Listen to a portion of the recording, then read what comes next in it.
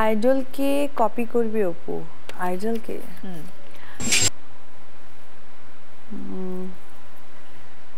মাথায় কাপড় দেওয়াটার কারণ হচ্ছে আমার আইডল অনেকেই জানে।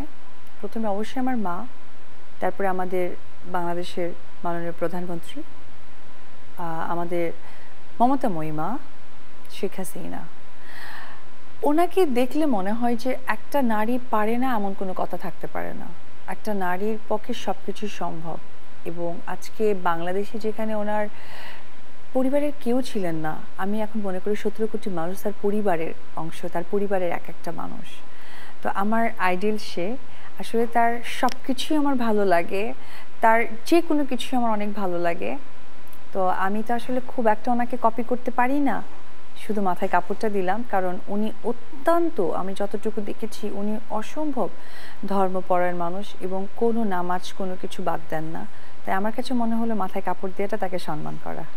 থ্যাংক ইউ অপু, খুব ভালো লাগলো। আসলে এমন একজন মানুষ নিয়ে তুমি কথা বলেছো যেখানে আর কোনো দ্বিতীয় কোনো আসলে কথা থাকে না, কোনো বিতর্ক নেই, কারণ তার হাসি মাখা মুখ, তার হাস্যোজ্জ্বল, সকলের সাথে যেভাবে করে মিশে যান, বাচ্চাদের মতো অনেক অনেক মানে আমাদের চলচ্চিত্রের জন্য উনি যে কি পরিমাণ একজন বান্ধব, এটা আসলে চলচ্চিত্রের প্রত্যেকটা মানুষ জানেন যে একজন দেশের এত বড় নেত্রী, এত বড় নেতা যে আমাদের চলচ্চিত্রকে খুব আগলে রাখে। এবং আমাদের অনেক দুস্থ শিল্পীও ছিলেন কিছু সময়, তারা কিন্তু যখন যেভাবে তাদের সাহায্য সহযোগিতা দিয়েছেন এবং ভুল না করে থাকলে বিভিন্ন সেক্টরের মানুষও কিন্তু তার কাছে সেই সহযোগিতাগুলো পেয়েছে। ডেফিনেটলি। এবং আমরা বিশ্বাস করি আপা সবসময় এমনভাবে আমাদের মাঝে থাকবেন, সুস্থ থাকবেন ইনশাআল্লাহ। ইনশাআল্লাহ। এবারে তোমার প্রিয় কোনো অভিনেতা বা অভিনেত্রী যার ডায়লগ, কোনো একটা ডায়লগ তোমার খুব ভালো লাগে? শাবনূর আপু প্লিজ।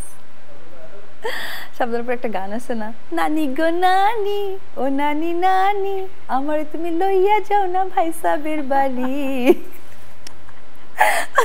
আমার বিশ্বাস করো মানে শাবনূর আপুর আমার সবকিছু ভালো লাগে, ওনার কথাবার্তা, ওনার অভিনয়। মানে আমার কিন্তু নায়িকা হওয়ার মধ্যে যে একটা মানুষকে দেখতাম, খুব ফলো করতাম, সেটাই ছিল শাবনূর আপু। শাকিব খানের কোনো কিছু যদি আমরা দেখতে চাই, অপু বিশ্বাস কিভাবে করে কপি করবে? একটা সিগনেচার কপি আমি সব সময় করি, লাইক